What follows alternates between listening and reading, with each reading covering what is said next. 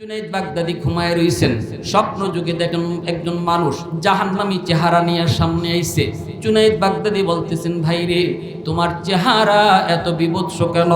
কয় হুজুর, আমি জাহান্নামের আগুনে কবরে জ্বলতেছি। জুনাইদ বাগদাদি কয়, তুমি কোন এলাকার? কয়, আপনার এলাকার। আমার অনেক আগে মরণ হইছে, কিন্তু আমার কবরে আযাব।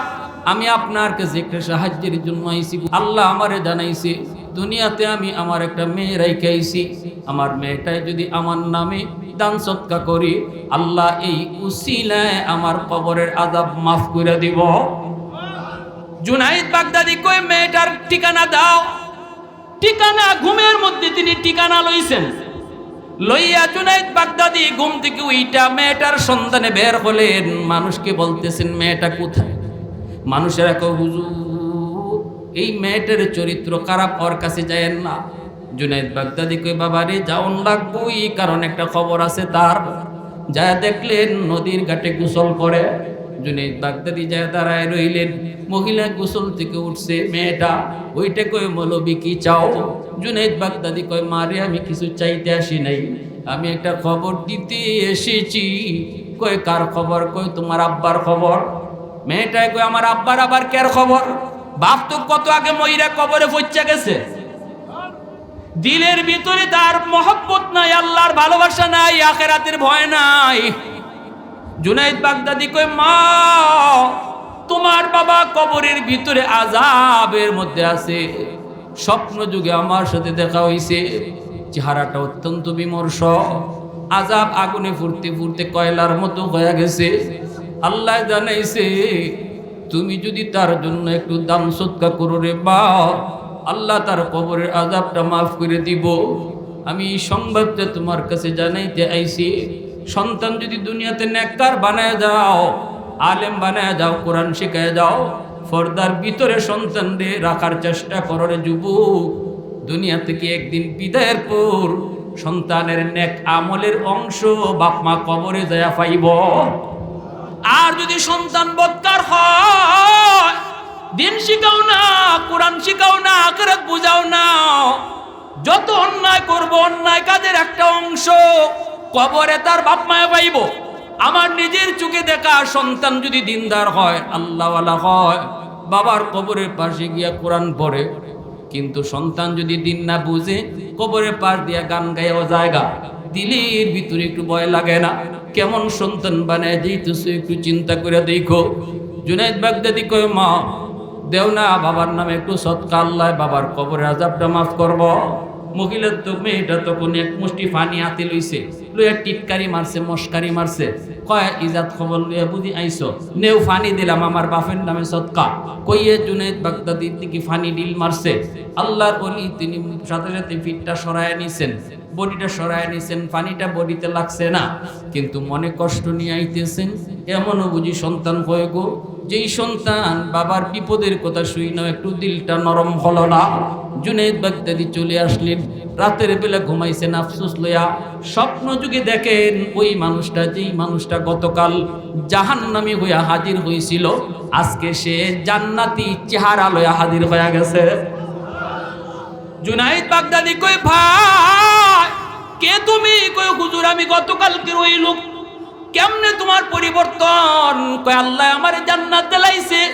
জুনাইদ বাগদাদি কয়, কেমনে কি হলো? তোমার মেয়ে তো কিছুই করে নাই, বরং ঠাট্টা করলো, মজাক করলো। লোকটায় কয়, হুজুর, আমার মেয়েটা যে আপনার দিকে পানি মারছিল, এই পানিটা আপনার গায়ে লাগে নাই, পানিটা পড়ছে একটা মাটির, যেই জায়গাটার মধ্যে পানিটা দেয়া পড়ছে, এই জায়গার মধ্যে অনেক দিন যাবত একটা পোকা পানির তৃষ্ণায় ছটফট ছটফট করতেছে। ওই পোকার মুখের মধ্যে যখন পানিটা দেয়া পড়ছে, পোকাটা পানিটা পাইয়া তার জীবন রক্ষা হইছে। পোকাটায় দোয়া করছে, মালিক, যার উসিলায় আমি আজকে পানি পাইয়া জীবন রক্ষা হলো, আল্লাহ তুমি তারে মাফ করো। সাথে সাথে আল্লাহ আমার মাফ করে দিলাইছে। उल्फत में तेरी वैसी निदंदान को तूरा, बू बकर उमर नक्श कदम तेरा न छोरा।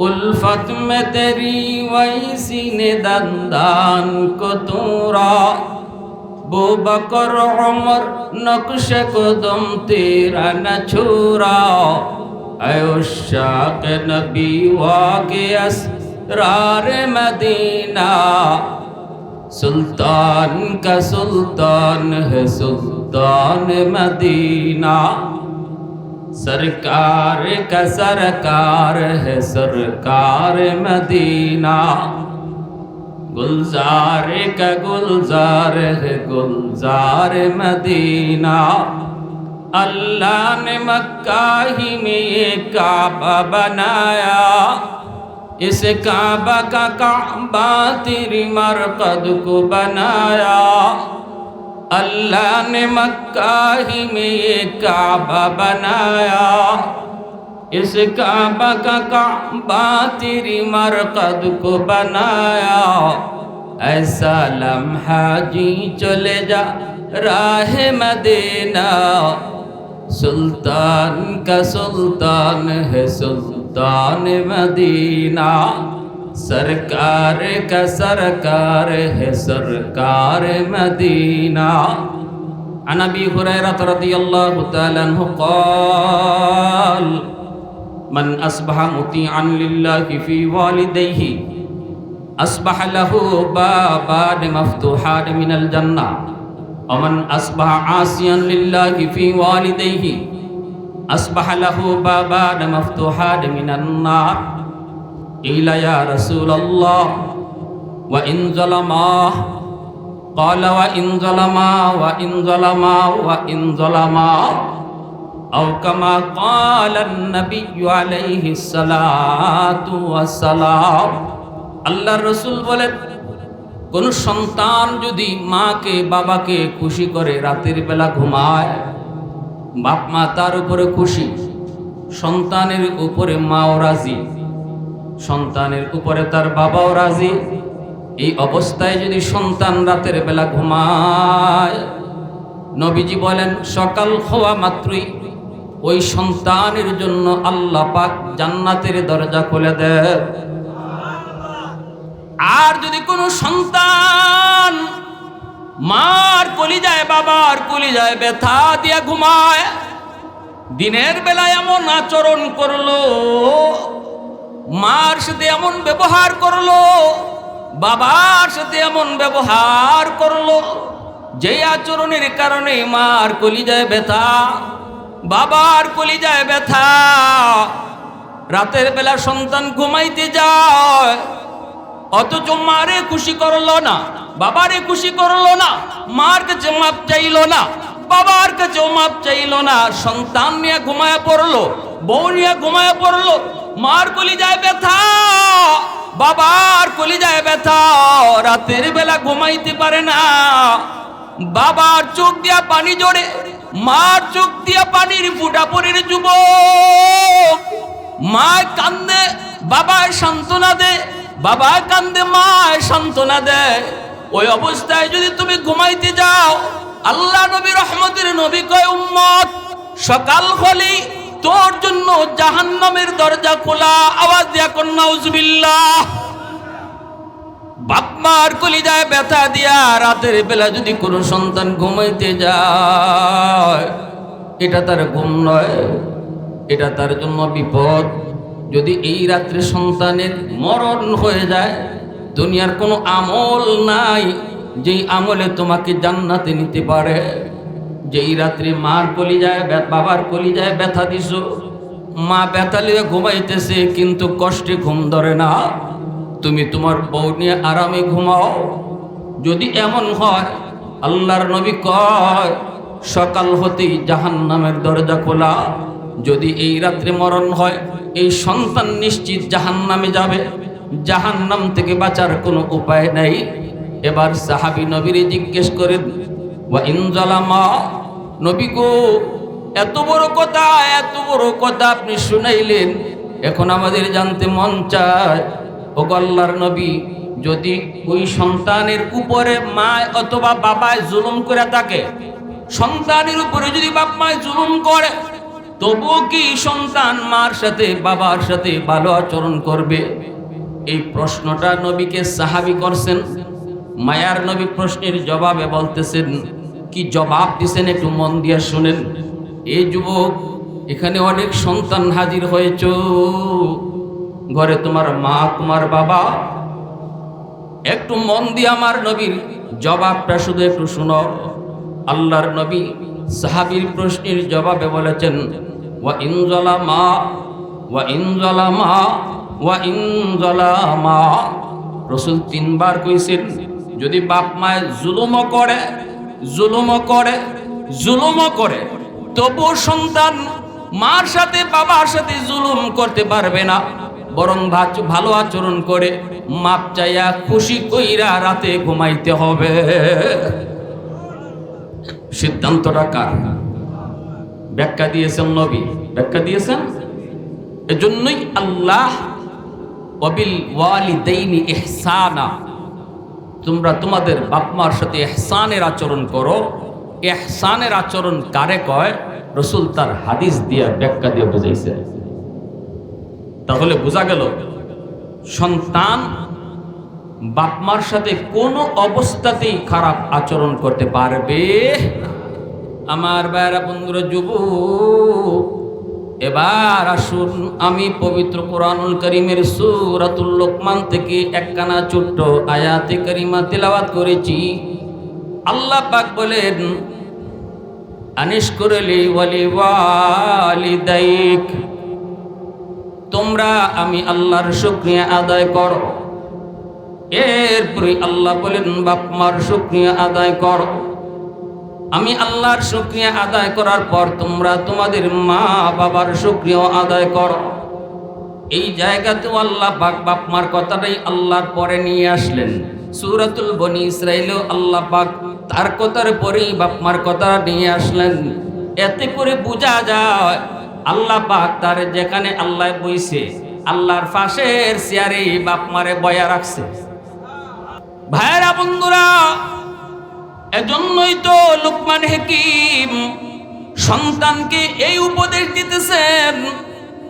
সন্তানকে লুকমান হাকিম যে উপদেশগুলা তিনি দিয়েছেন আল্লাহর কাছে এত ভালো লাগছে। আল্লাহ পাক রব্বুল আলামিন ওই বাবার কথাগুলাকে আল্লাহ পাক নিজের কথা বানায়া পবিত্র কোরআনুল কারীমের আয়াত বানায়া পাঠাইছেন। লুকমান হাকিম একজন আল্লাহর ওয়ালি। তার নামে পবিত্র কোরআনে একখান সূরা আছে, তার নামে সূরার নামকরণ করা হলো।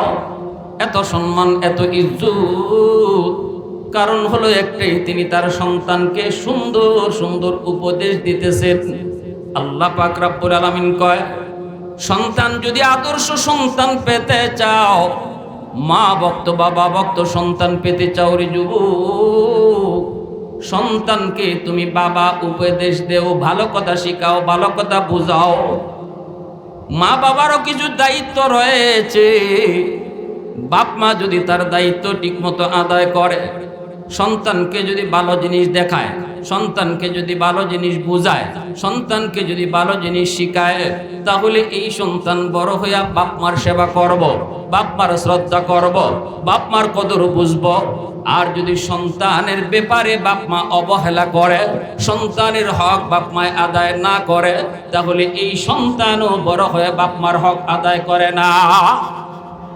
এজন্য সন্তানের হক আগে। এক নম্বরে আল্লাহর পরিচয় শিখাও, আখিরাতের বুঝ দাও। ভাইরা বন্ধুরা, আমার নবী, মায়ের নবী, রহমতের নবীর কাছে একজন সন্তান এসে নালিশ করেছে। তিরমিজি শরীফের হাদিস, নবীজির কাছে একজন সন্তান এসে নালিশ করেছে, নবী গো, আমার আব্বার ব্যাপারে আপনার কাছে নালিশ। নবীজি বলতেছেন, কি নালিশ কও? সন্তান যুবক, মদিনার যুবক তখন বলতেছে, আমার বাবা সম্পদ বিভিন্ন জায়গায় ব্যয় করে, অমুকরে দেলায়, তুমুকরে দেলায়, অমুক জায়গায় ব্যয় করে, অমুকরে এরকম কর্জা দেয়। এইভাবে দিতে দিতে আমার আব্বার সম্পদ শেষ করে ফেলতেছে। এই অভিযোগ আমি আপনার কাছে করলাম। সন্তান যখন নবীর কাছে বাবার বিরুদ্ধে অভিযোগ নিয়ে আসলো, নবীজি সাহাবীদেরকে বললেন, তার বাবাকে ডাইকে নিয়ে আসো।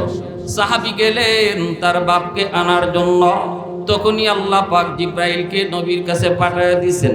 জিব্রাইলে আমিন আইসা কই, নবী গো, ওর বাবা আসতেছে, পাঠাইছেন আপনি, কিন্তু বাবা আসার আগে আপনারে জানায় যাই, বাবা আসলে পরে আপনি কথা শুনবেন, পরে আগে শুধু বলবেন, বাবারে তোমার কলিজার ভিতরে এমন কি ব্যথাটা আছে যে ব্যথাটা দুনিয়ার কাউরে তুমি কোনোদিন কও না, শুধু তোমার আল্লাহ জানে আর তুমি জানো।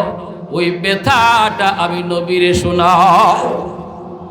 বাবা যখন আমার নবীর কাছে হাজির, আইসা দেখে ছেলে আগেই নবীর কাছে আইসা বইসা বইসা নবীর কাছে কোনো কিছু অভিযোগ দিয়েছে। আল্লাহর নবী, রহমতের নবী বলতেছেন, তোমার সন্তান তোমার বিরুদ্ধে অভিযোগ দিয়েছে, সম্পদ নাকি তুমি বিভিন্ন জনরে দিয়া দাও। কথাগুলা শুনমু, পরে জবাবও তুমি দিবা, শুনমু আমি, কিন্তু এর আগে আমারে কও তোমার কলিজায় এমন কোন ব্যথাটা আছে যে ব্যথা তুমি দুনিয়ার কাউরে শোনাও নাই, কও নাই, শুধু আল্লাহ জানে তুমি জানো। ওই ব্যথাটা তুমি আমাকে শোনাও। এই কথা বলতেই বাবা তখন হাওমাও করে কান্না শুরু করলো, চোখ থেকে দর দর করে পানি পড়ে। বাবাই বলতেছে, নবী গো, আমি চাই নাই কারো কাছে কোনোদিন এই ব্যথাটা বলবো, কিন্তু যেহেতু আমার মালিক আপনারে জানায় দিছেন, তাহলে বলতে হয় গো নবী। ওগো নবী, আপনি আমার সন্তানকে জিজ্ঞান, আমার সন্তানে আমার সাথে কেমন আচরণ করতেছে। আমি বাবা হিসাবে না, শুধু প্রতিবেশী যদি কোনো মানুষ হয়, প্রতিবেশীর আচরণটাও আমি তার কাছ থেকে পাই কিনা একটু জিজ্ঞান। ওগো নবীজি, এই কথাটাও জিজ্ঞান, আমি সম্পদ কারে দিছি? আমি কি খেলার মাঠও দিছিনি? আমি কি কোনো মদ কুররে মদ খাইতে টাকা দিছিনি? আমি কি কোনো গাঞ্জা কুররে গাঞ্জা খাইতে টাকা দিছিনি? আমি যদি টাকা পয়সা দেই তবে তার অভাবী ফুফুরে দিছি। আমি যদি কাউকে সাহায্য করি তাহলে সেই সাহায্যের মানুষটা সমাজের একজন অসহায় মানুষ। আমি যদি কাউকে সহযোগিতা করি তার খালা অভাবী তারে দিছি। নবী গো, অভিযোগ আপনার কাছে করছে, বাকি তারে জিগান আমার সাথে কেমন আচরণ করে, কেমন আচরণ করে। এই কথা বইলেই বাবা যখন কান্না শুরু করলো, আমার নবী, রহমতের নবী আর কোনো কথা শুনলেন না, সাথে সাথে যুবকের কলারের মধ্যে যায় ধরলেন। ওই যুবকের কলারের মধ্যে দুইটা রসুল কয়, আন্তা ওয়া মালুকা লি আবিকা, আন্তা ওয়া মালুকা লি আবিকা। কোন অভিযোগ বাপমার বিরুদ্ধে চলবে না, তুমি এবং তোমার সম্পদ ও তোমার বাবা মালিক। আহাদুন লাইসা কামিসলিক সামাদুন লাইসা কাফাদলিক লিমানিল মুলকু তুগুই তু সাদাওয়ার খুদাই, তু খুদাওয়ান্দ ইয়ামিনি তু খুদাওয়ান্দ ইয়াসারি, তু খুদাওয়ান্দ জামিনি তু খুদাওয়ান্দ সামাই, তু রাহিমি তু করিমি তু সামিঈ তু বাসিরি, তু মুইজ্জি তু মুদিল্লি তু মালিকিল আরশি বাজাই। বরি আজ খুরদন অখুফতন, বরি আজ তোহমতে মরদন, বরি আজ বিমুমিদি, বরি আজ রঞ্জ বালাই। তাহলে সন্তান বাপমার বিরুদ্ধে নালিশ করার কোনো সুযোগ নাই। নালিশ যদি করতে হয় হবে কার আদালতে? আল্লাহ। কার? জোরে বলেন কার? আরো জোরে বলেন কার? দুনিয়ার জমিনে কোনো সন্তান বাপ মার সাথে খারাপ আচরণ করার কোনো সুযোগ ইসলামে দেয় নাই, কোনো সুযোগ ইসলামে দেয় নাই। সাহাবী আয়েশা কয়, নবী গো, ওগো নবীজি, আমার মা আমাকে শিশুকালে যেই আমার সাথে আচরণ করছেন, আমার খেদমত যেইভাবে করছেন, এইভাবে বুড়া বয়সে আমার মারে আমিও এরকম খেদমত করতেছি। রসুল বলতেছেন কি রকম একটু শোনাও। সাহাবী বলতেছেন, যেমন আমি বিছানায় পইরা থাকতাম, মা আমাকে কুলে উঠে খাওয়াইতেন, কুলে তুলে তুলে খাওয়াইতেন।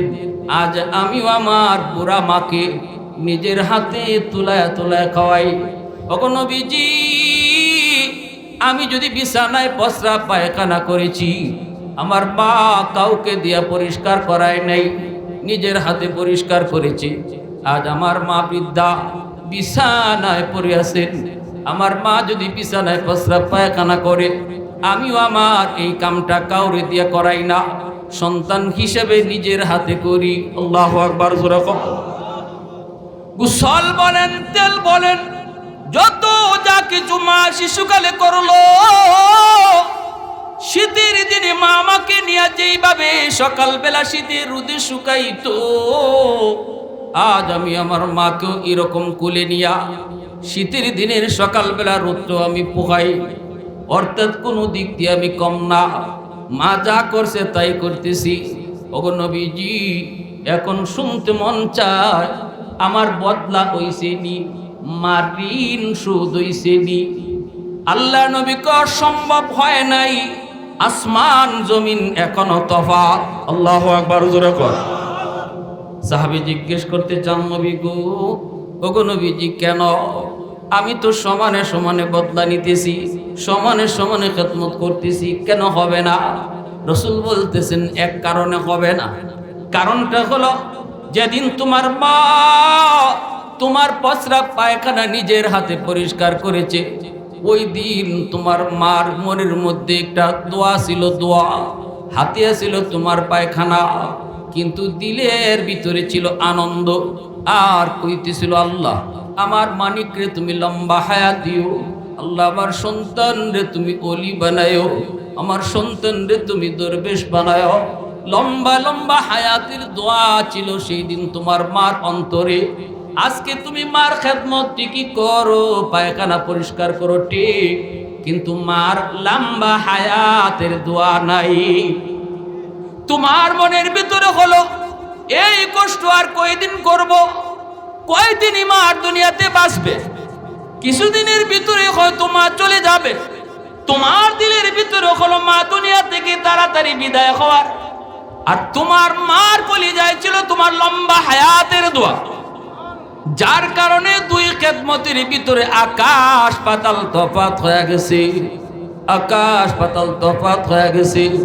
বাইরা বন্ধুরা, জন্য বলতেছিলাম রে যুবক, আমার নবী রহমতের নবী পরিষ্কার জানাই দিয়েছেন, রাদার রব্বি ফি রাদাল ওয়ালিদাইন ওয়া সাখাতুর রব্বি ফি সাখাতিল ওয়ালিদাইন। যেই সন্তানের উপরে তার বাপ মা রাজি, তার উপরে আল্লাহ রাজি। যেই সন্তানের উপরে বাপ মা নারাজ, আল্লাহ তার উপরে নারাজ। বাপ মারে খুশি কইরা আল্লাহরে খুশি করতে হয়, বাপ মারে নারাজ কইরা আল্লাহরে কখনো খুশি করা যায়? আওয়াজ আসতে কেন, জোরে বলেন। তাম দুনিয়ার সমস্ত মানুষ তোমার উপরে খুশি, চেয়ারম্যান খুশি, মেম্বার খুশি, সমাজের সব মানুষ খুশি, কিন্তু মা নারাজ, বাবা নারাজ। আল্লাহ নবী রহমতের নবী বলেন, তাম দুনিয়ার সব মানুষ যদিও তোমার উপরে খুশি থাকে, বাপ মা যদি খুশি না থাকে, আল্লাহ তোমার উপরে খুশি না, আল্লাহ তোমার উপরে নারাজ। অতএব আল্লাহকে যদি খুশি করতে হয়, তাহলে বাপ মারে খুশি করার মাধ্যমেই আল্লাহরে খুশি করতে হয়। বাপ মা খুশি থাকলে দুনিয়ার এক নম্বর ফায়দা, দুনিয়ার হায়াতের ভিতরে আল্লাহ তোমার বরকত বাড়ায় দিবে। টাটা ফরবার কথা তোমার মাথার উপরে। বাপ মার দোয়া যদি পিছনে থাকে, এ যুবক একটু দিলটা নরম করে শোনো। এক নম্বর ফায়দা হলো হায়াতের ভিতরে আল্লাহ বরকত বাড়ায় দিবে। বিপদ ছিল তোমার অ্যাক্সিডেন্ট হইয়া ফাও ভাঙত, পিছনে যদি মার দোয়া বাবার দোয়া থাকে রে যুবক, আল্লাহ পাক কুদরতি ভাবে তোমার অ্যাক্সিডেন্ট থেকে বাঁচাইয়া দিব।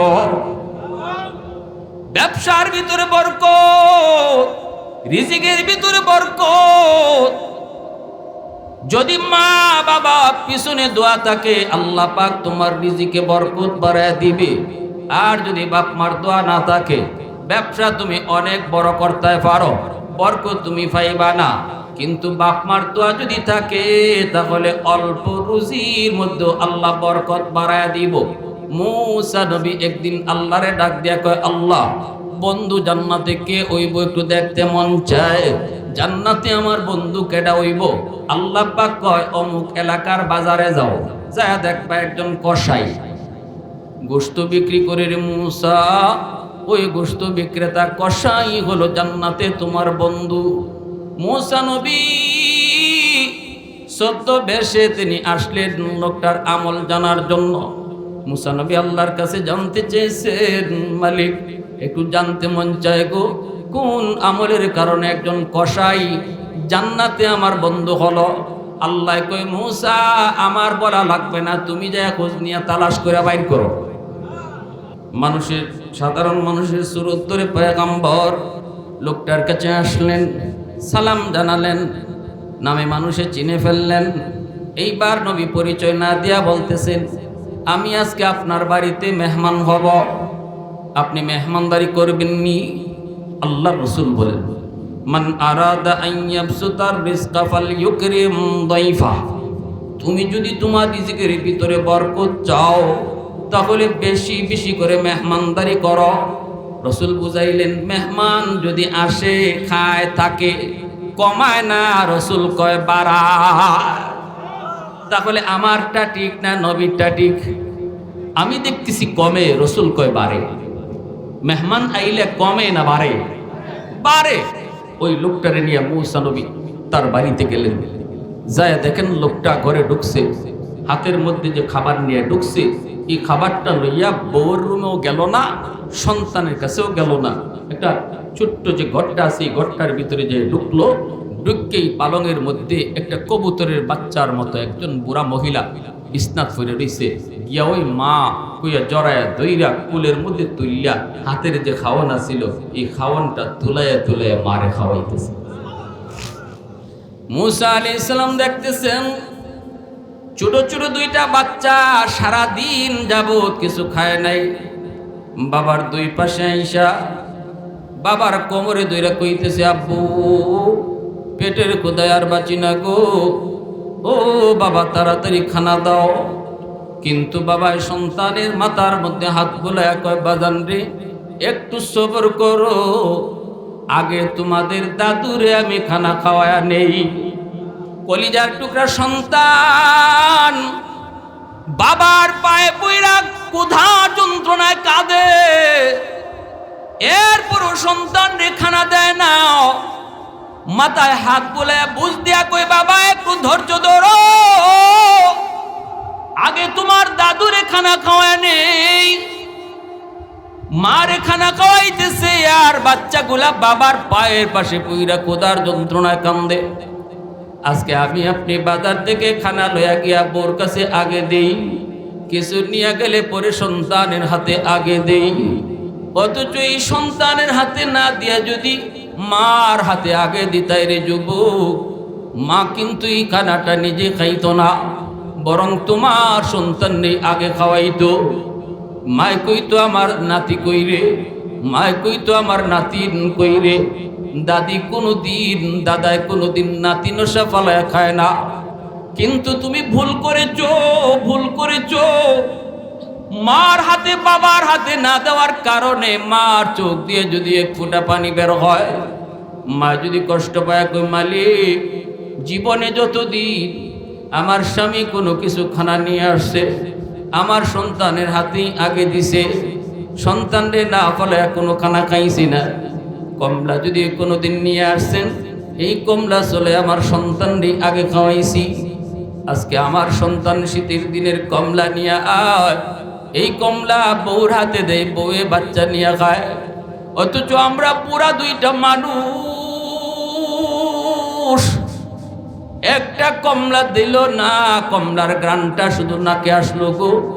আমার সন্তান তো আমার হাতেও দিতে পারতো, আমি তো কমলাটা চলে চলে আমার নাতিন সারে দিতাম। এই কথা কয়া যদি চোখের এক ফোঁটা পানি ফালায় দে রে যুবক, এই পানির ফোঁটাটা জমিন বরদাস্ত করে না। এই পানির ফোঁটাটা আল্লাহর আদালতের ফাইলে গিয়া জমা হয়ে যায়। দুনিয়ার মামলা বড় সহজ, আল্লাহর আদালতের মামলা বড় কঠিন। দুনিয়ার আদালতের জজকে টাকা দিয়া ম্যানেজ করা যায়, দুনিয়ার আদালতে উকিল ধরা যায়, দুনিয়ার আদালতে মামলা নিজের পক্ষে নেওয়া নয়, দুনিয়ার আদালতে এমপি দিয়া ফোন দেওয়ানো যায়, দুনিয়ার আদালতে মন্ত্রী দিয়া ফোন দেওয়ানো যায়।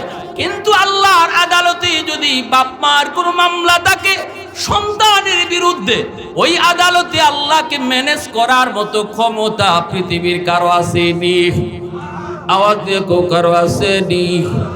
এজন্য মুসা আলাইহিস সালাম তিনি দেখতেছেন ওই লোকটা যায় সন্তানকে আগে দিল না, বউয়ের হাতেও কানা দিল না, অথচ বউ সারাদিন উপাস, সন্তানও সারাদিনের উপাস, মাকে আগে খানা খাওয়াইতেছে। মুসা আলাইহিস সালাম তখন দেখতেছেন আর মনে মনে কই মালিক পেয়ে গেছি কোন আমলের কারণে আমার এই ভাইটা জান্নাতেও আমার বন্ধু হবে। আল্লাহর পয়গম্বর কয় মালিক পাইলাম তো পাইলাম, বীর করে মায় যেন কি কয়। মুসা নবী কয় ভাইরে তোমার আম্মা দুইটা দোয়া করছে আমার মনে হয়, কিন্তু বুঝি নাই। তুমি যখন তুলা খাওয়াও তখন আমি শুনতে পেয়েছি কানে কানে কি যেন বীর করে কইল। ছেলেটায় কয় আমার আম্মা সব সময় দুইটা দোয়া করে, একটা দোয়া দুনিয়াতে কবুল হয়ে গেছে, আমি নিজের চোখে মার দোয়া কবুল হয়েছে পায়া গেছি। এই দোয়াটা হলো মায় কয় আল্লাহ আমার সন্তান ছোট ব্যবসা করে হালাল ভাবে চলার চেষ্টা করে, মালিক ওই ছোট্ট ব্যবসাটার ভিতরে তুমি বরকত বাড়ায় দিও। আমার সন্তানরে তুমি কোনোদিন কারো কাছে হাত পাতাইও না, আমার সন্তানরে কোনোদিন ছোট কইরো না, ইজ্জতের জীবন দান কইরো। আমি পেয়ে গেছি হুজুর, আমি ব্যবসা করি ছোট, কিন্তু আল্লাহ আমার ইজ্জতের সাথে সম্মানের সাথে চালাইতেছে। কেউ আমার কাছে পাওনাদার নাই, বরং আমি পাইমু। এরপর আল্লাহ আমারে সুন্দরে সম্মানে চালাইতেছে। মার দোয়াটা দুনিয়াতে আমি একটা পায়া গেছি, আর একটা দোয়া কবুল হবে কি হবে না আমি জানি না গো, এটা আমি জানি না। মুসা আলাইহিস সালাম বলতেছেন কি দোয়া একটু কও শুনি। কয় দ্বিতীয় দোয়াটাই করে আল্লাহ মা কয় মালিক আমার সন্তানরে তুমি কিয়ামতের মাঠে জান্নাতে মুসা নবীর বন্ধু বানাইও। যেই মাত্র মুসা আলাইহিস সালাম শুনতে চাইলেন কি এমন দ্বিতীয় দোয়া, যেই দোয়াটা কবুল হবে কি হবে না তুমি জানো না। লোকটা কয় হুজুর দ্বিতীয় দোয়াটা হলো মায়ের সবসময় কয় আল্লাহ আমার মানিক রে তুমি জান্নাতে মুসা নবীর বন্ধু বানায় দিও। হুজুর আমি জানি না মা এটা কেমন করে হয় আর কেমনে সম্ভব। আমি একজন কসাই মানুষ, সাধারণ মানুষ, নবীর সাথে জান্নাতে আমার বন্ধুত্ব হবে আর নবীর বন্ধু হব। আমি জানি না কেন মা এই দোয়াটা করে, কেমনে এটা কবুল হবে। সাথে সাথে মুসা আলাইহিস সালাম আল্লাহ পাকের কুদরতি কদমে সিজদায় পড়ে গেলেন।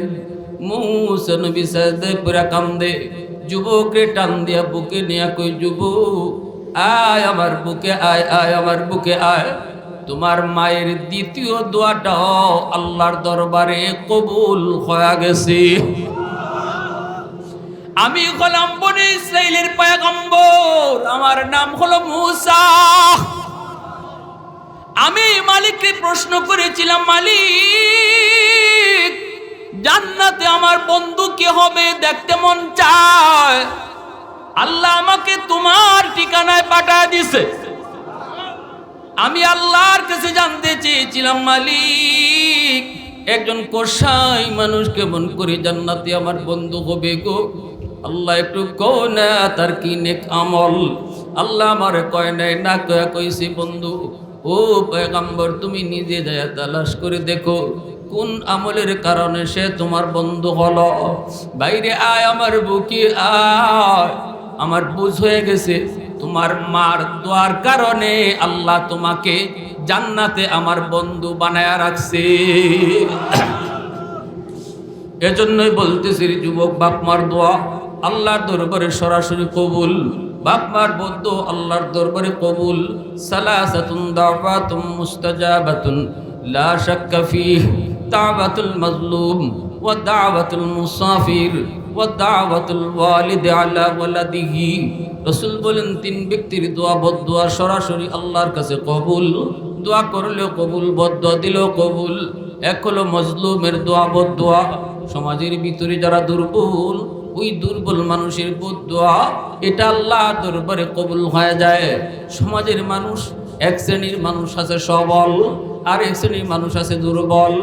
এক ধরনের মানুষ আছে সমাজে গোষ্ঠী অনেক বড়, টাকা পয়সাও তার বেশি। আর এক শ্রেণীর মানুষ আছে তার গোষ্ঠীও ছোট, টাকা পয়সাও নাই। এই কারণে যদি কোনো সবল মানুষ দুর্বল মানুষটার উপরে জুলুম করে, অন্যায়ভাবে তারে গালি দেয়, অন্যায়ভাবে তারে মারে, অন্যায়ভাবে তার জমি দখল করে, আর দুর্বল মানুষটাই যদি কারো কাছে বিচার দিয়ে বিচার পায় না, তখন রসুল কয় ওই দুর্বলে আহ কইয়া যখন আল্লাহর আদালতে মামলা বসায় দেয়, রসুল কয় মামলা বসাইতে দেরি, আল্লাহর আদালতে মামলা গ্রান্টেড হতে দেরি হয় না। ও মালিক, চেয়ারম্যানের কাছে বিচার পাই নাই, মেম্বারের কাছেও বিচার পাই নাই, এরা কেউ আমার পক্ষে কথা কয় না। কারণ হলো আমি দুর্বল, আমার সাথে কেউ নাই, শুধু তুমি ছাড়া। আল্লাহ, আমি তোমার দরবারে বিচার বসাইলাম। রসুল কয় এই বিচার কইতে দেরি, আল্লাহর আদালতে গ্রহণ হতে দেরি হয় না। ঠিক তেমনি ভাবে মুসাফিরের দোয়া বদদোয়া, মুসাফির যদি তোমার কাছ থেকে কোনো কষ্ট পায়, রসুল কয় মুসাফির আহ কইল আল্লাহর দরবারে কবুল। আর যদি কোনো মুসাফির তোমার কোনো আচরণে তোমার কাছ থেকে কোনোদিন শান্তি পায়, অন্তর থেকে যদি দোয়া দেয়, এই দোয়াটাও আল্লাহর দরবারে সরাসরি কবুল। 3 নম্বরে রসুল বলেন বাপ মার দোয়া বদদোয়া। বাপ মা যদি সন্তানের উপরে খুশি থাকে, সন্তানের আচরণে যদি মার মন খুশি হয়, বাবার মন সন্তানের আচরণে খুশি হয়, হাত উঠে দোয়া করতে হয় না। যুবক, বাপ মা হাত উঠে দোয়া করা লাগে না। যখন বাপ মার দিলটা সন্তানের উপরে খুশি থাকে, তখন অটো 24 ঘন্টা দোয়া বাইরিতে থাকে। আসমানি জমিনে বিপদ আল্লাহ তোমার উপর দিকে কেটে দিবে। 2 নম্বর হলো আল্লাহ পাক তোমার রিজিকের ভিতরে বরকত বাড়ায়া দিবে, রিজিকের ভিতরে বরকত বাড়ায়া দিবে।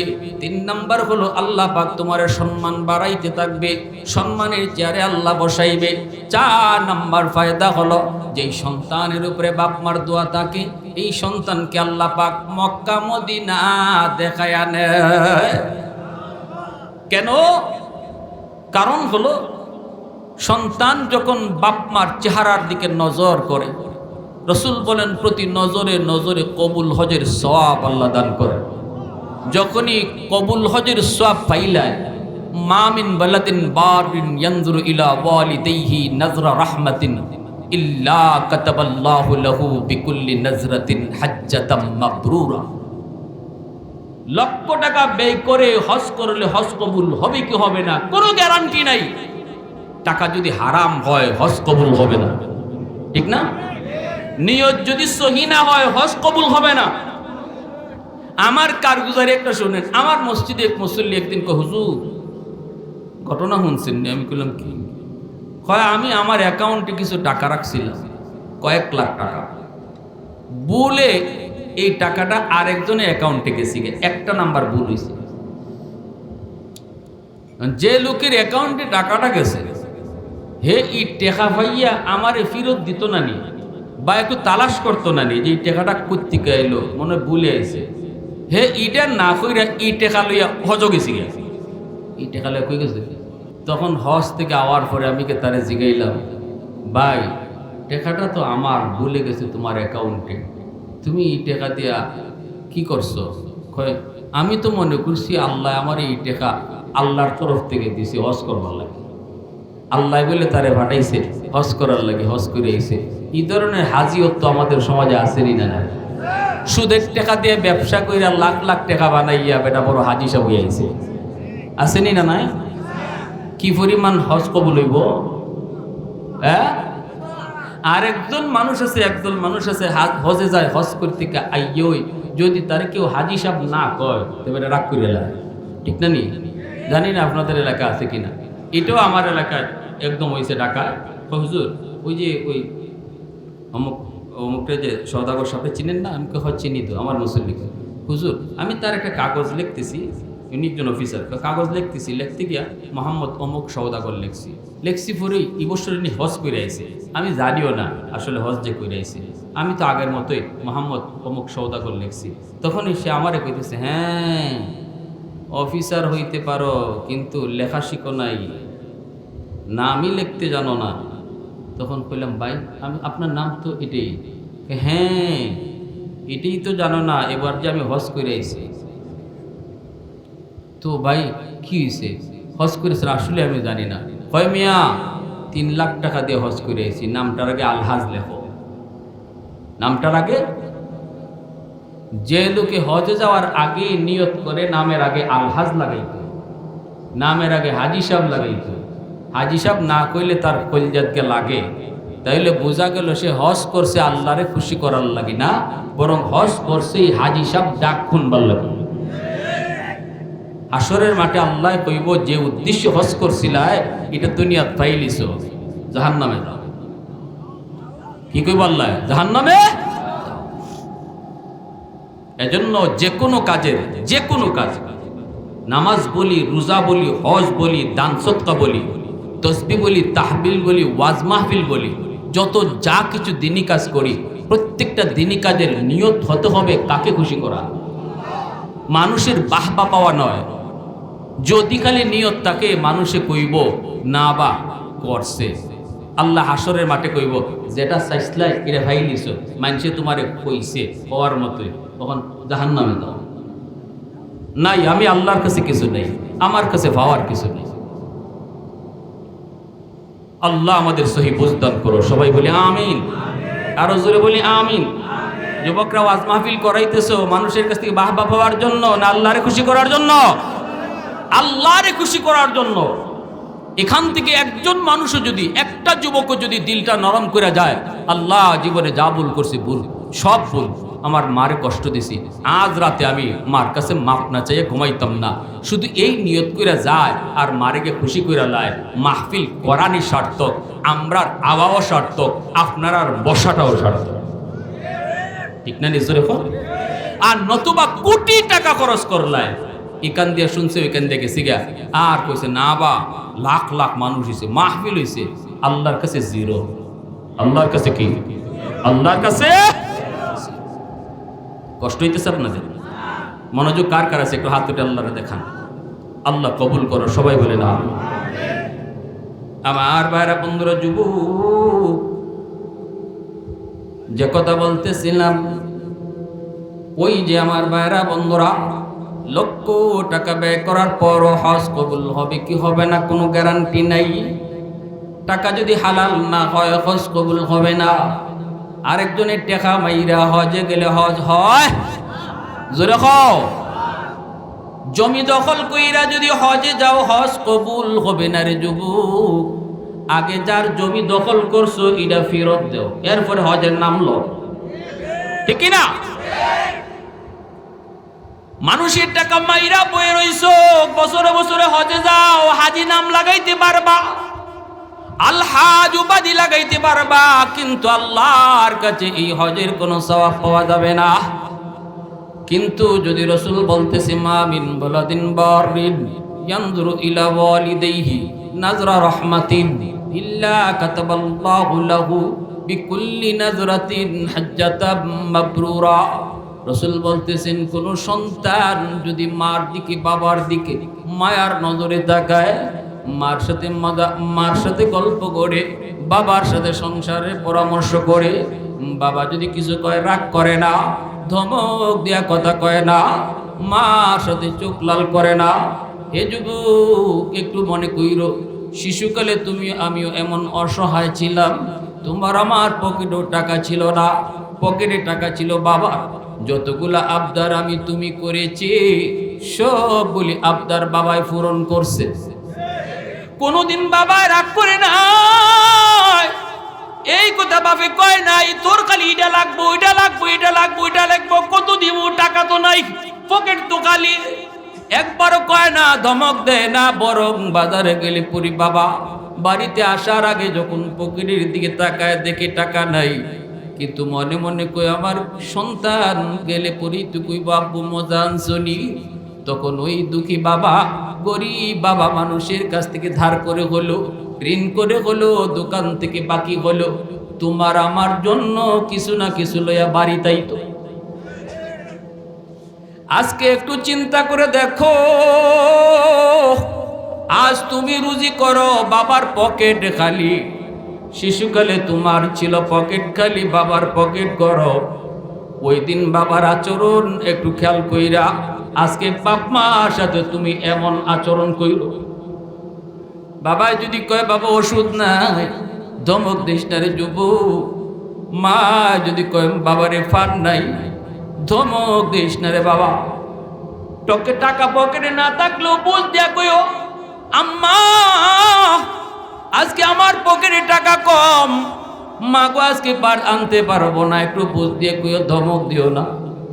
বাবার যদি ওষুধ না থাকে ধমক দিস না, বুঝের মাধ্যমে বাবারে কইও, বুঝের মাধ্যমে বাবারে কইও। রসুল বলতেছে যখনই বাবার সাথে মার সাথে মায়ার নজরে নজরে কথা কইবা, যতবার নজর মার বাবার চেহারার দিকে তোমার পড়ল, ততবারই আল্লাহ পাক আমল নামায় কবুল হজের সওয়াব আল্লাহ উঠায় দিব।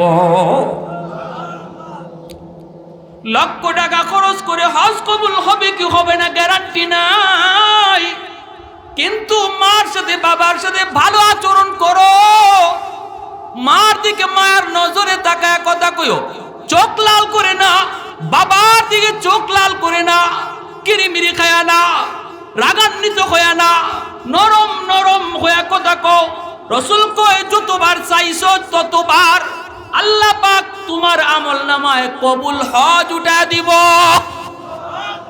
সাহাবীরা নবীর প্রশ্ন করেছিলেন, নবী গো দিনে যদি 100 বার সন্তানে এইভাবে তাকায়, আল্লাহ কি দৈনিক 100টা হজের সওয়াব দিব? রসুল কয় আমার আল্লাহর ভান্ডার কম না, আমার আল্লাহর ভান্ডার ছোট না। 100 বার যদি নজর করে দৈনিক 100টা হজ আল্লাহ তারে দান করব। মুসলমানের আওয়াজ দেখো আল্লাহু আকবার, আরো জোরে আল্লাহু আকবার, আরো জোরে আল্লাহু আকবার। ভাইরা বন্ধুরা, এজন্য বলতেছিলাম রে যুবক, আমার রসুল মায়ের নবী রহমতের নবী কয় যদি বাপ মার দোয়া থাকে, ওই বাপ মার দোয়ার ওসিলায় একটা ফায়দা হলো আল্লাহ পাক দুনিয়াতে তারে হজ করাইব। কেন করাইব? কারণ বাপ মার নজরে নজরে কবুল হস্ত তার আমল নামায় উঠতেই রয়েছে। ফেরেশতারা তখন আল্লাহরে কইব, মালিক যার আমল নামায় এমনিতেই হজ উঠতে রয়েছে অসংখ্য, দুনিয়ার জমিনে তুমি তারে হজটা করায় দাও। ফেরেশতারা কইব, আল্লাহ এমনি তো তার আমল নামায় হজ উঠতে রয়েছে, অতএব বাস্তবও তারে হজ করায় দাও। গরিব হইল মা ভক্ত বাবা ভক্ত সন্তানকে আল্লাহ পাক দুনিয়াতে হজ কবুল করে নেন। তাহলে বোঝা গেল কি? রসুল বলেন এক আয়াতের ভিতরে আল্লাহ পড়েন পবিত্র কোরআনের সূরাতুল বাকারা, আল্লাহ পাক রব্বুল আলামিন বলেন সন্তানের হাতে যদি টাকা আয় পয়সা আয়, এই টাকা পয়সাটা সবার জন্য, সবার আগে কার জন্য খরচ করবো আমরা? সবার আগে কার জন্য আপনি টাকা খরচ হইব? কইবেন জানি না। না, আপনি বাপ মার জন্য কইছেন, দলিল কি?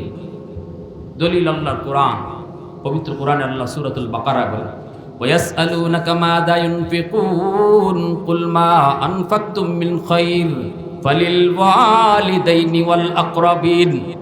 আল্লাহ পাক বলে, বন্ধু মানুষেরা তোমারে জিজ্ঞেস করতেছে টাকা পয়সা কোন জায়গায় আগে খরচ করব। আল্লাহ কই, বন্ধু জবাব তুমি দিও না, জবাব দিতেছি আমি আল্লাহ। জবাব কে দেয়?